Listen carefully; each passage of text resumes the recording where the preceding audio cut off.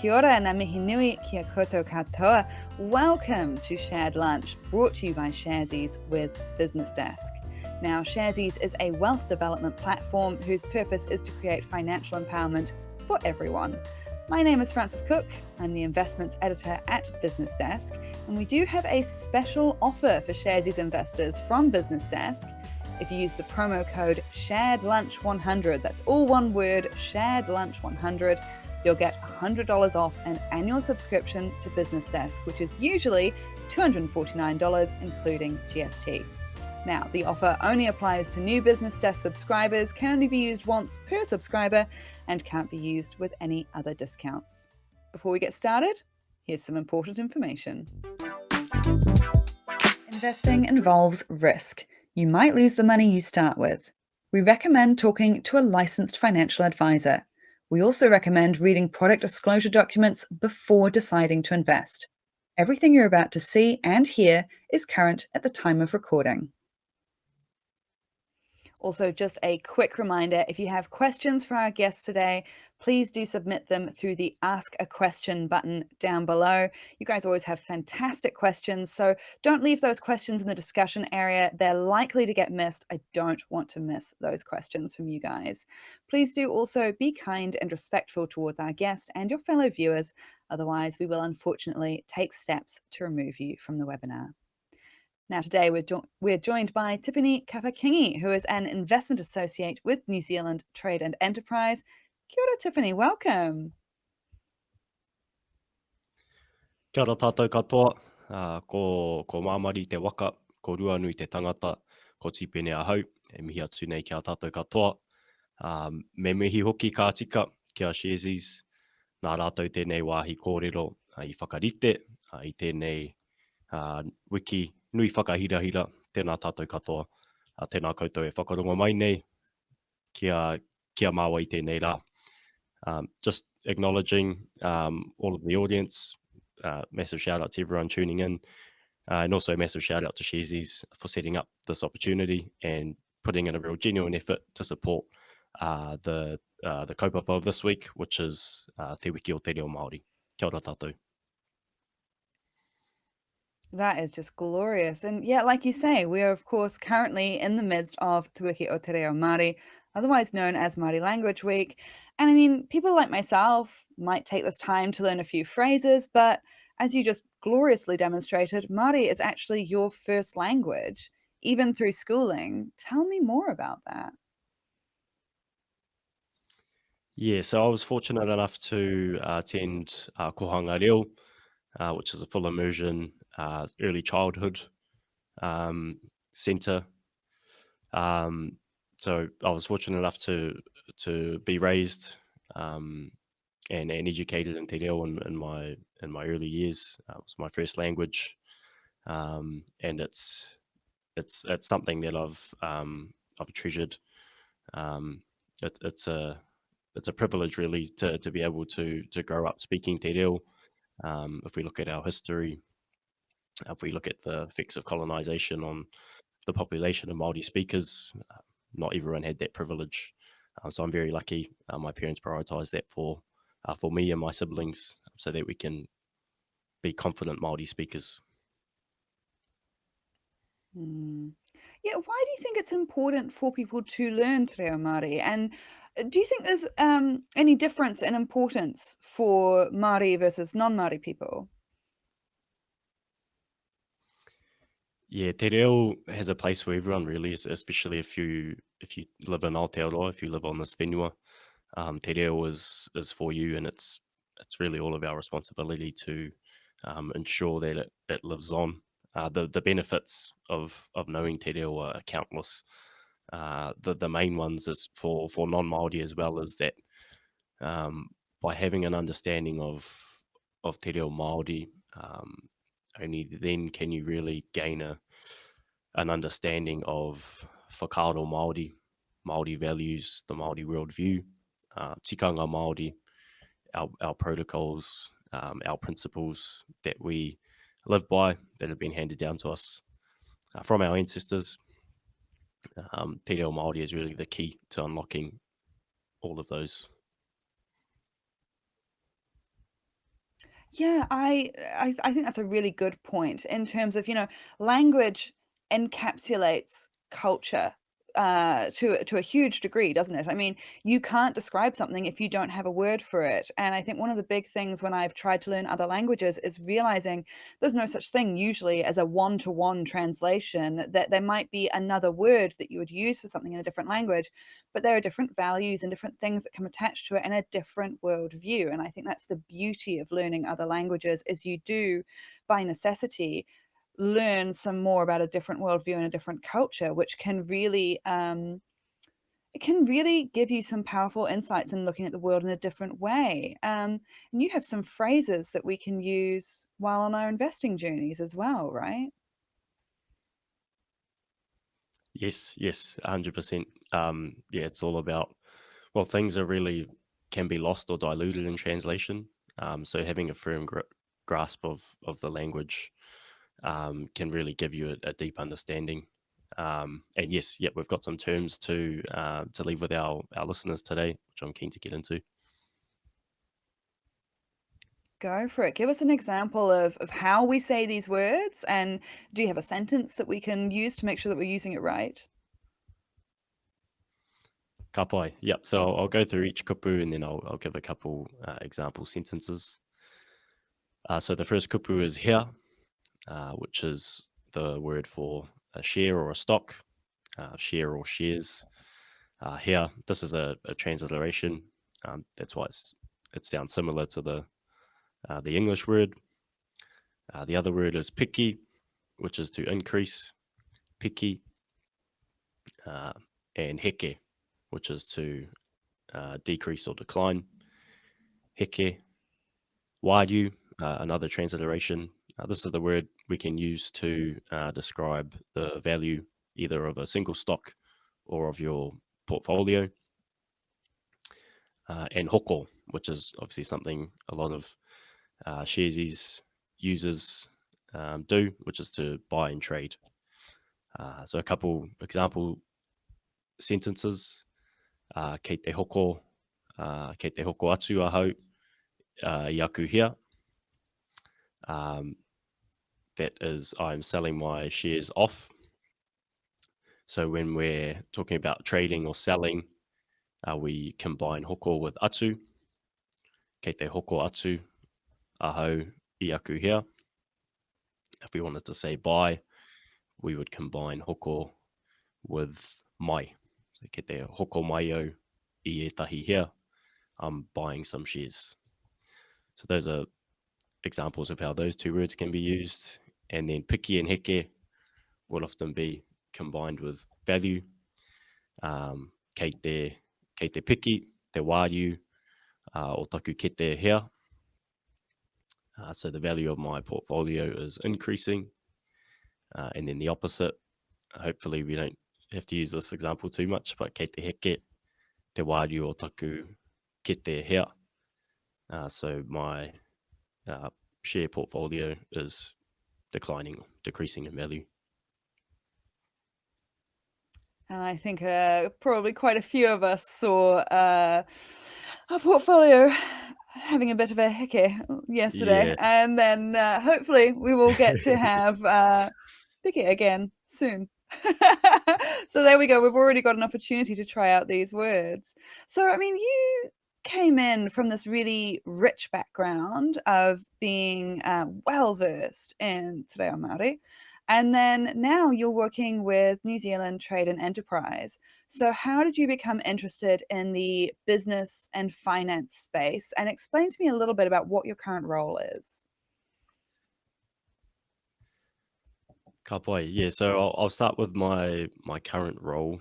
I'm an associate in the Maori investment team at NZ Trade and Enterprise. In a nutshell, we support and advise Maori and iwi organisations in sourcing seed or growth capital. So these could be sort of large-scale greenfield projects looking to, for example, convert a piece of land into a horticulture development. We can support those organizations and sourcing capital for those projects. And then the other side is working with startup companies, tech entrepreneurs, for example, looking to raise capital from angels, high net worths, venture capitals. So in terms of the investment spectrum, it's quite early stage, quite a lot earlier than the companies that would see publicly listed on these exchanges, like the ones on Sharesies. So that's my role. How did I get sort of into the commercial world? For me, there is a lot of opportunity to unlock, catalyze, and really uplift the tino rangatiratanga of Te Ao Māori. Tino rangatiratanga and mana motu hake talk about the self-determination, the autonomy, the independence, and the freedom of Māori, really. And those are principles that, alongside my reo and my tikanga, those are principles that we were brought up with. And so before I went to university, the key drivers behind my decisions and what I chose to study were those. So how could I make myself useful for my people? And I thought going down the commercial route, there could be a significant impact made there. So that's how I ended up where I am now, and that's why I'm doing the mahi that I'm doing. Yeah, and I mean, as part of that, I mean, people often talk about the Maori economy, and you might hear that phrase tossed around a bit, but what actually is that, and what should people know about the Maori economy? That's a great question. Yeah, so the Maori economy, and there are failures in sort of in collecting data around Maori businesses and those major players within the Maori economy. But the latest numbers from the 2018 Bureau report on the Maori economy gave the Maori economy a value of just under $70 billion. That was in 2018. You could probably assume that now in 2022 it's gone up to around 80 billion, assuming a continuous growth rate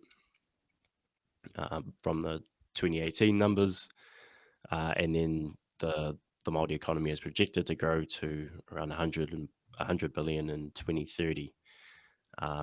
Who makes up the Māori economy? About 34% of that is in primary industries. So that's fisheries. So we own 50% of the fishing quota, and that came through the Māori fisheries settlement. Agriculture, horticulture, so a lot of primary industry sectors. Māori are concentrated in those. And the other thing that's relevant as well for Sharesies users and those that are listening in is a lot of the Māori businesses that make up this economy aren't actually publicly listed. So from a Sharesies perspective, if we're looking at share markets,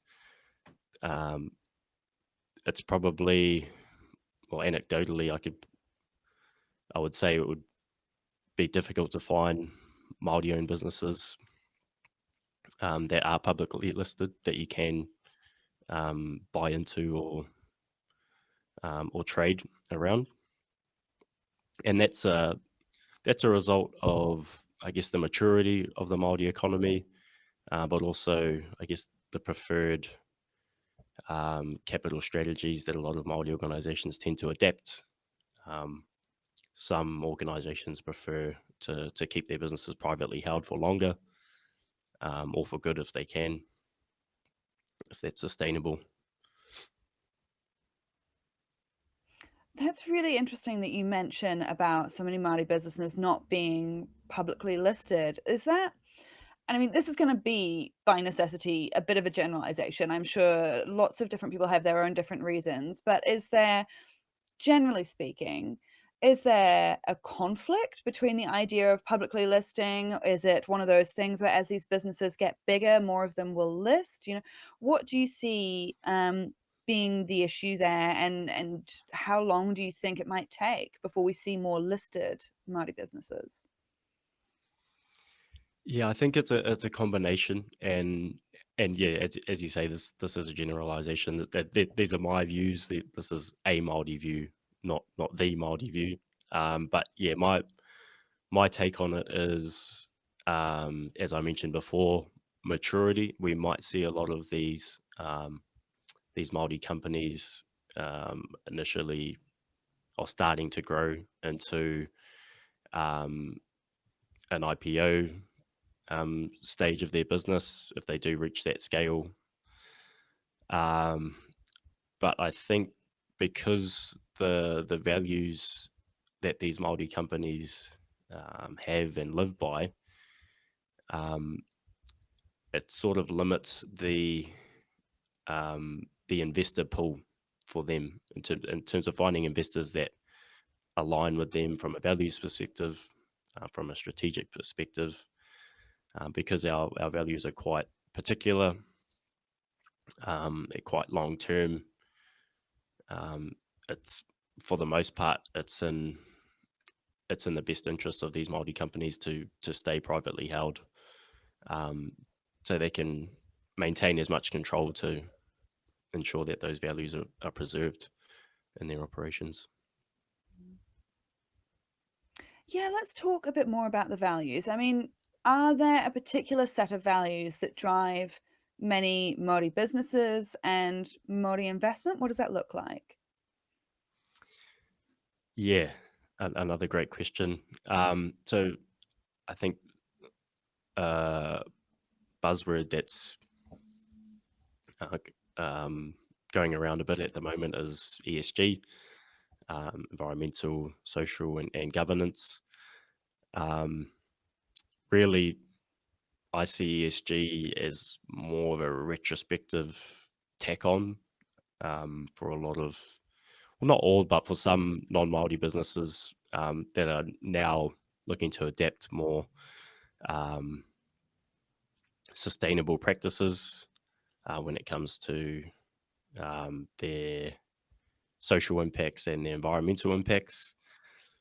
If we look at the foundations of Māori businesses, this is where our businesses are built from. So that, a lot of the principles around environment, protecting our taiao, kaitiakitanga, those are all those have all long been embedded into the standard operations and the values that drive these Māori businesses.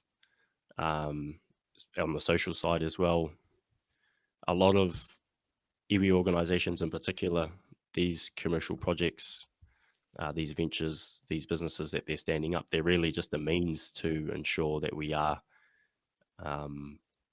meeting our obligations in terms of our taiao, our environment, and in terms of our tangata, our people, the well-being of our people. So ESG, I mentioned that as a comparative for those that aren't as aware of what drives a Māori business, what drives Whakaaro Māori. But that really only scratches the surface in terms of the principles that Māori live and exist by. Yeah, and you mentioned there about the importance of people. From some of the conversations I've had with people, the idea of creating intergenerational wealth and taking a long-term view, particularly on things like investing, the impression I've had from some of those conversations is that that is also quite an important value. So, is that an important value? Can you tell me more about that sort of perspective? Yeah, definitely intergenerational wealth, and I know that's a big part of Sharesies' agenda.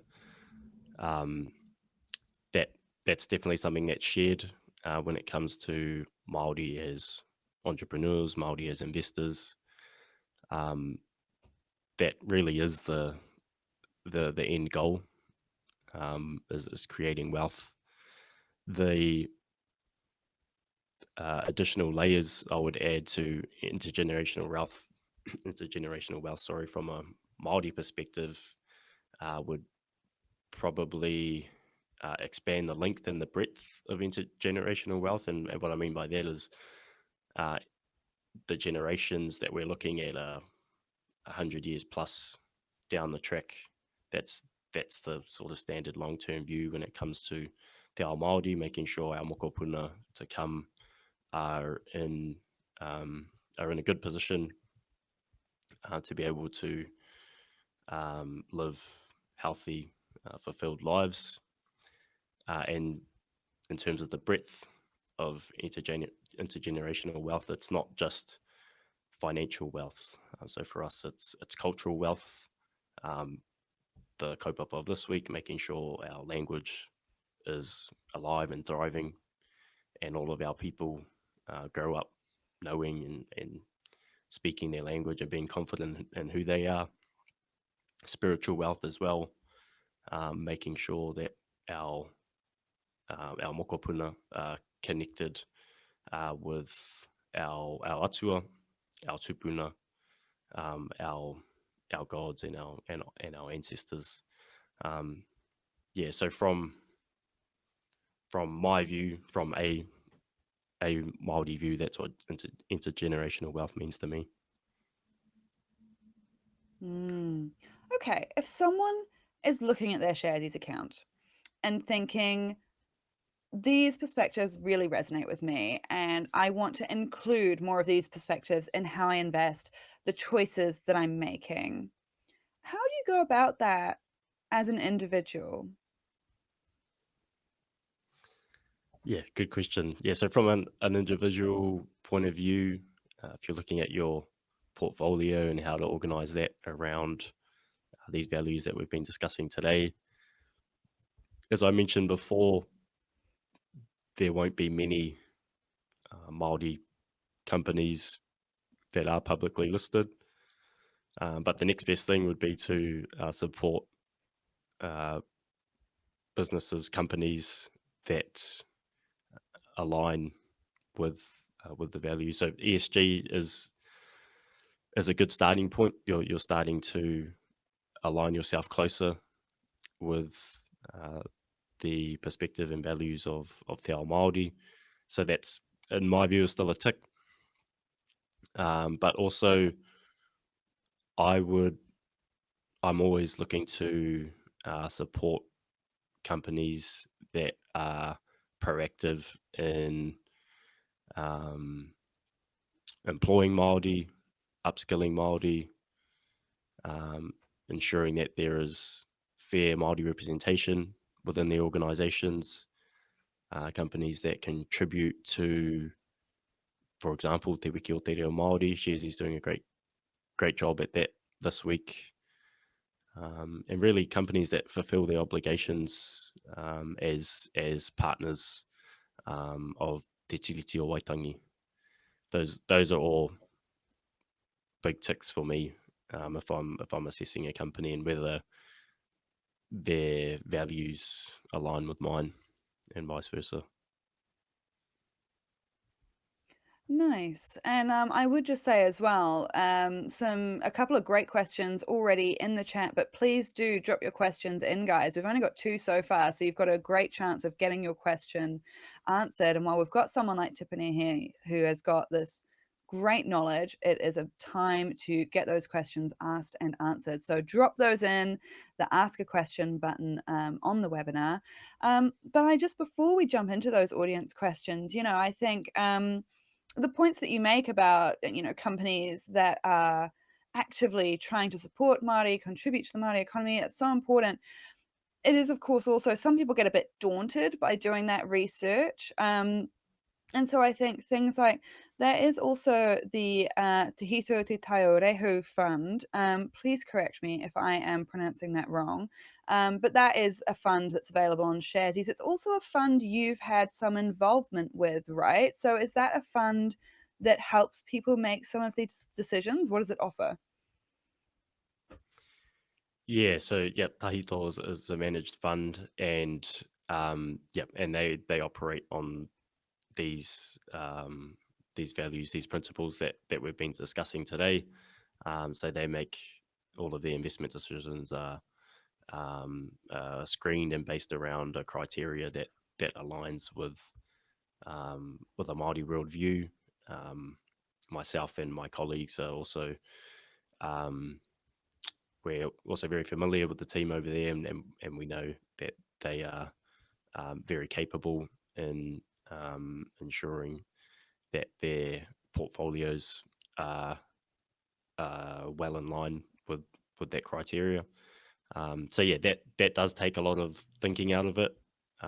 You can put your investments into a fund like Tahito, and you can be confident that they will be making those investment decisions on your behalf in line with those values that we've mentioned.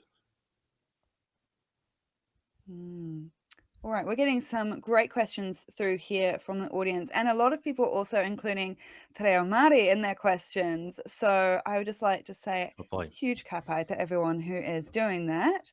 I will do my absolute best on the pronunciation. I am learning as always, so please give me some grace, everyone, if I don't say it perfectly. I think it's important to do your best and then just give it a crack. So this first one from Seda, no whea koe e te rangatira. Now, I don't actually know what that means. I'm hoping that you do, Tipene. Yeah, yeah. So harau I te rangatira, but tēnā koe I tō pātai. He mea no te tai toke rau, he mea tupu au I reira no ngā tai papaki o muri whenua, ko te Aupōuri, ko Ngāti Kahu I roto o Whaingaroa, he pānga hoki oku ki roto o Waikato me te Whānau Apanui. So the question was just asking where I'm from, and my answer is I grew up north in Te Tai Tokerau. My iwi up there are Te Aupōuri and Ngāti Kahu, and then also on my papa's side from Waikato and Te Whānau Apanui. Kia ora. I love that. All right. And another question here. And as well, I would say to the audience, if you're submitting your questions, also don't forget to upvote the questions so that I know which ones are the most important to you. But a great question here. What are your views on helping the Maori economy grow? This is a great question, and it's something I think about often. There are many levers that could be pulled to catalyze the growth of the Maori economy. I think the major one, the major barrier challenge that we need to get over is improving the access to capital for Maori businesses. I'm obviously working directly in that space. We're advising a lot of Maori and iwi organisations and sourcing seed and growth capital, which of course is important to ensure new Maori businesses are entering the economy, but also ensuring the growth of Maori businesses that are currently participating in the economy. That's probably the major one for me, is access to capital. There's a lot of things that the government needs to do to support that, which they are working on. And there are a lot of sort of systemic shifts that need to happen to ensure that Māori entrepreneurs have fair access to capital, because unfortunately a lot of systems still racially bias a lot of Māori entrepreneurs and companies, which is a barrier that we need to push through. That's one that I'll mention. There are many. Yeah, I'm sure you could probably do a whole webinar on just that subject alone, but that's a great answer. On that note, I think this next question feeds into that really well. Does a business have to be Māori owned to be a Māori business? Another great question, and again, something that I've sort of been deliberating. Stats New Zealand actually just released an updated criteria definition for Māori business. So if we go off what their definition is, it's one, the Māori, the business identifies itself as Māori, and then the second part to the criteria is there are owners, or there is either part or full ownership from someone who has whakapapa Māori. So that's a two-part criteria. They have to tick both of those boxes to be defined as a Māori business from a Stats New Zealand perspective. Now that's their view, and it's not the one and only definition, but it's a fair start. I think ownership is definitely key,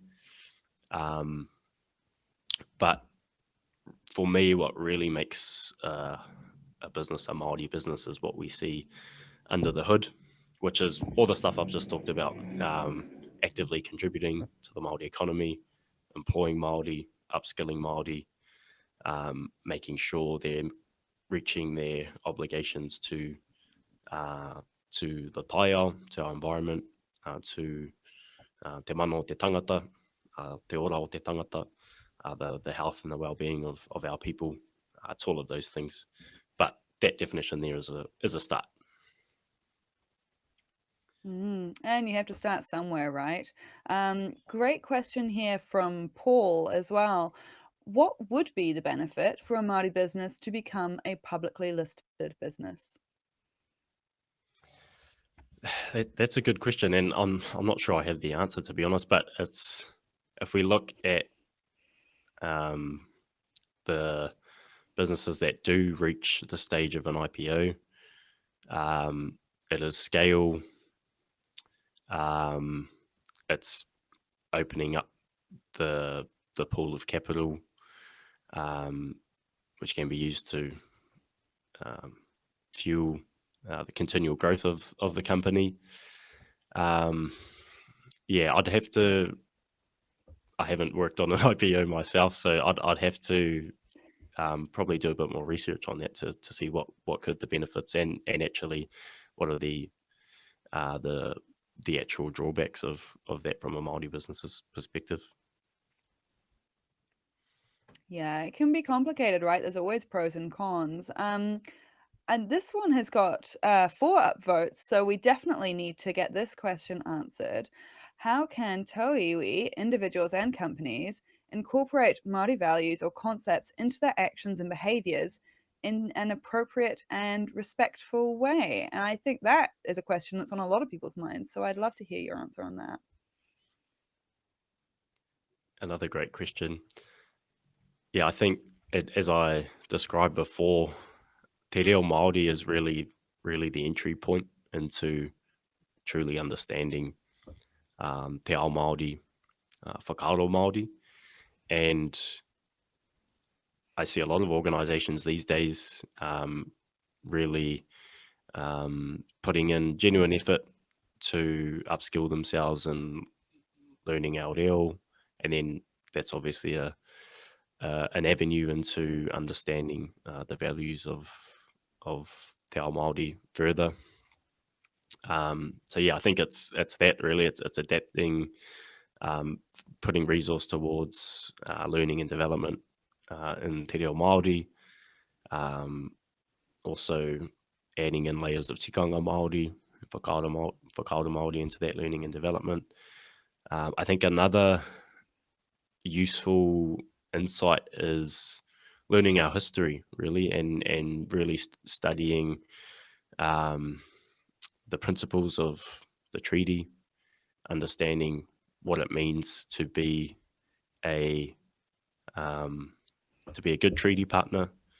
So it's all of those layers. The te reo, tikanga, treaty. We can't look at either one of those in isolation. It's really in terms of developing genuine capability and understanding and working with Māori effectively. All of those things need to be bundled up into one package and adopted by these organisations, these non-Māori organisations. Yeah, and I think it's always a constant process of learning, right? I think if you take a growth mindset and you're ready to learn and accept that there's always more to learn, then I think it's an awesome journey to be able to go on. On that note, actually, here's a question. Can you share one of your favorite whakatauki to celebrate Te Wiki o Te Reo Māori? Yeah, okay, so I've got a few. One that I refer to often, just sort of when I'm thinking to myself, deliberating over certain decisions, is a whakatauki nā te puia herangi. This woman was a rangatira in her own right, and her. If you don't know about te puia herangi, give her a Google after this.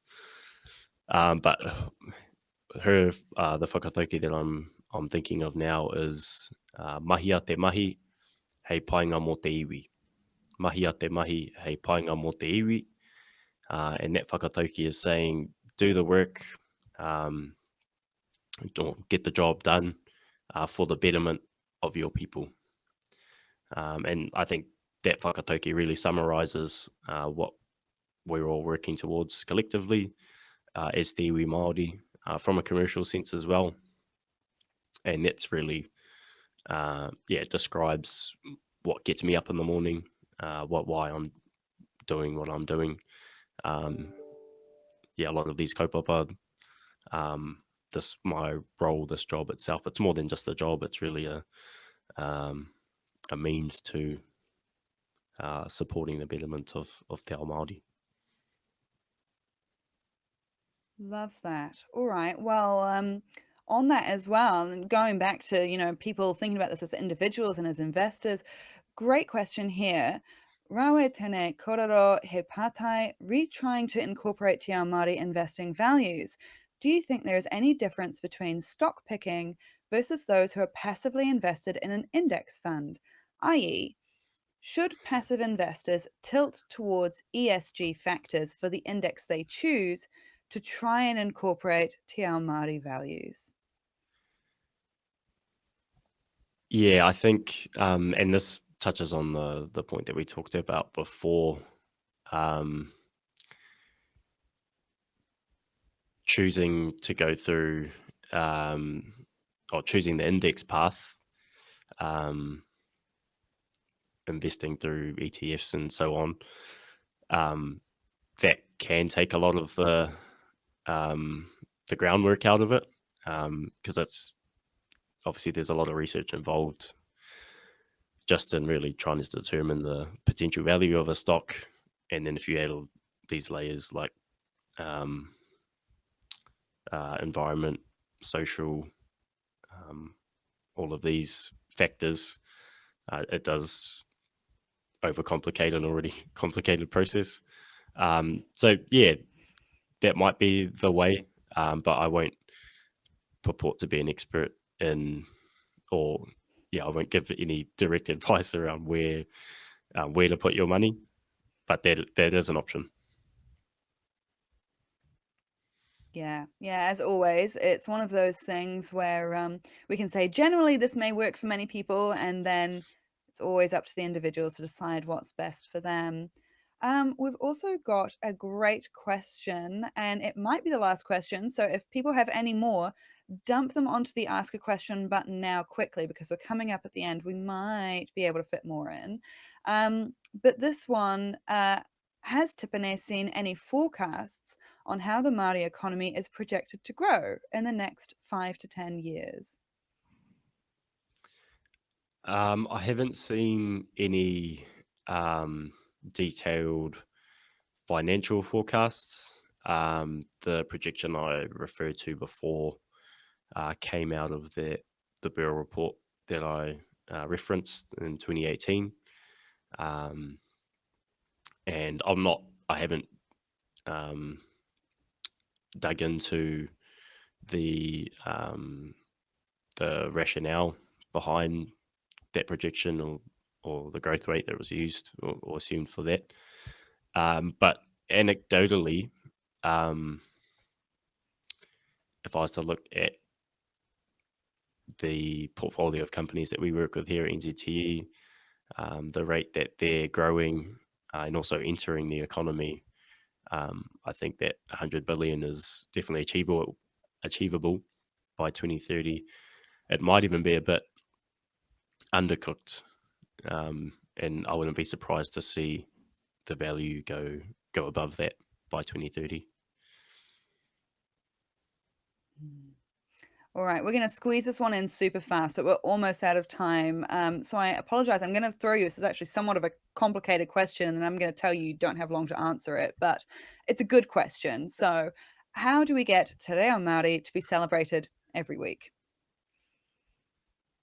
For me, it always starts sort of with the person and with your whānau, with your household. So you don't need someone to tell you to celebrate Te Reo every week. You can do that on your own, through your own means, on your own accord, and that's something I encourage everyone to do.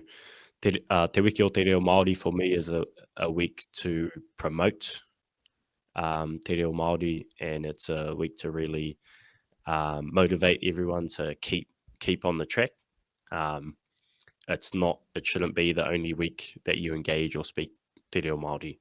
That's an everyday thing. That should be an everyday and every week thing. Te Reo Māori is, the Te Wiki o Te Reo Māori is, just a chance to promote and celebrate. Look back to see how far we've come, and then also to set goals for the coming year. So to everyone here, please bring the energy that you have towards Te Reo Māori this week. Please bring that same energy every week. I'll still be here speaking Te Reo next week, so if you need it, mate, hit me up. Love that. What a gorgeous note to leave us on. Thank you so much, everyone, for tuning in. A big thank you as well, Tipene. Thank you for joining us. We really appreciate your time and your insights on this. Kia ora, Francis. Tēnā koe o tira. Tēnā tātou. Love it. All right. Well, we will be back here next Thursday for another shared lunch. We'll be joined by Rod Duke, CEO of Briscoes Group Limited.